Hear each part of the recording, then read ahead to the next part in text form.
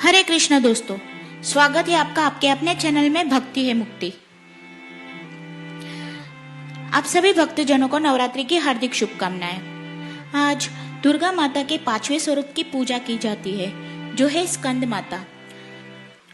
स्कंद माता को मोक्ष द्वार खोलने वाले के रूप में भी पूजा जाता है। संतान प्राप्ति के लिए भी माता की पूजा का विशेष महत्व है।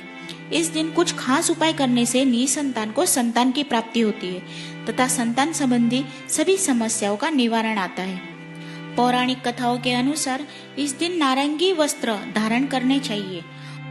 गुड़हल के पुष्प अर्पित करने और मिठाई का भोग लगाने से माता का आशीर्वाद भक्तों पर सदा बने रहता है। कहा जाता है कि माता धरती लोक पर असुरों का नाश करने के लिए प्रकट हुई।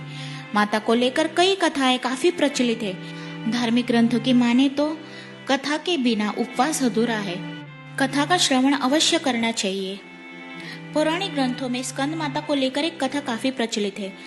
पौराणिक कथा के अनुसार एक तारकासुर नामक राक्षस उनके अपने घोर तपस्या से ब्रह्मा जी को प्रसन्न कर लिया था। उसकी तपस्या से प्रसन्न होकर ब्रह्मा जी प्रसन्न हुए। तारकासुर ने ब्रह्मा जी से अमरता का वरदान मांगा। ब्रह्मा जी ने यह सुनकर कहा कि ऐसा संभव नहीं, क्योंकि जन्म लेने वाला हर प्राणी का अंत एक दिन निश्चित है। ये सुनकर तारकासुर निराश हो गया और उसने बड़ी चालाकी से एक वर मांगा कि उसकी मृत्यु सिर्फ भगवान शिव के पुत्र के हाथों ही हो, क्योंकि उसने सोचा महादेव ना कभी शादी होगी और ना ही कभी उनका पुत्र होगा। इस तरह से वह हमेशा के लिए अमर हो जाएगा। इसे ब्रह्मा जी ने तथास्तु कह दिया। वरदान प्राप्त करते ही उसने धरती पर तथा स्वर्गलोक पर हिंसा करना शुरू कर दिया। उसके अत्याचारों से तीनों लोग परेशान हो गए। एक दिन सभी देवी देवताओं ब्रह्मा जी के पास गए और भोलेनाथ को उसने अपने अत्याचार के बारे में अवगत किया।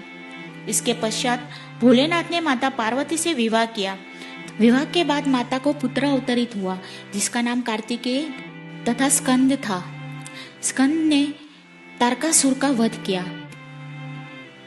पौराणिक कथाओं की माने तो स्कंद माता देवी पार्वती का रौद्र रूप है। माता को लेकर एक पौराणिक कथा भी काफी प्रचलित है। एक कथा के अनुसार एक बार बालक कार्तिकेय की रक्षा के लिए माता पार्वती क्रोधित होकर आदि शक्ति के रूप में प्रकट हुई। माता का यह स्वरूप देखकर इंद्रदेव भय से कांपने लगे। फिर इंद्र भगवान अपने प्राण बचाने के लिए देवी पार्वती से क्षमा मांगने लगे। हालांकि कुमार कार्तिकेय का दूसरा नाम स्कंद भी है, इसलिए सभी देवतागण माँ दुर्गा को मनाने के लिए उन्हें स्कंद माता कहकर पुकारने लगे। तभी से माता रानी के इस 5वें स्वरूप को स्कंद माता कहा जाने लगा। इस प्रकार माँ की पूजा 5वीं अधिष्ठात्री के रूप में की जाने लगी। निसंतान दंपति को माता की पूजा अवश्य करनी चाहिए, जिससे उन्हें संतान प्राप्ति हो और संतान सुख मिले। वाणी दोष तथा एंकरिंग के लिए या गायन के लिए जिसको भी दोष है वह स्कंद माता की पूजा करे। गंगा जल में 5 लवंग मिलाकर माता को अर्पित करने से वाणी दोष का प्रभाव कम हो जाता है। माता की पूजा सच्चे मन से करने से माता अवश्य प्रसन्न होती है। माता आप सभी का कल्याण करे। जय माता दी। हरे कृष्ण कृष्ण कृष्ण हरे हरे, हरे राम राम राम हरे हरे।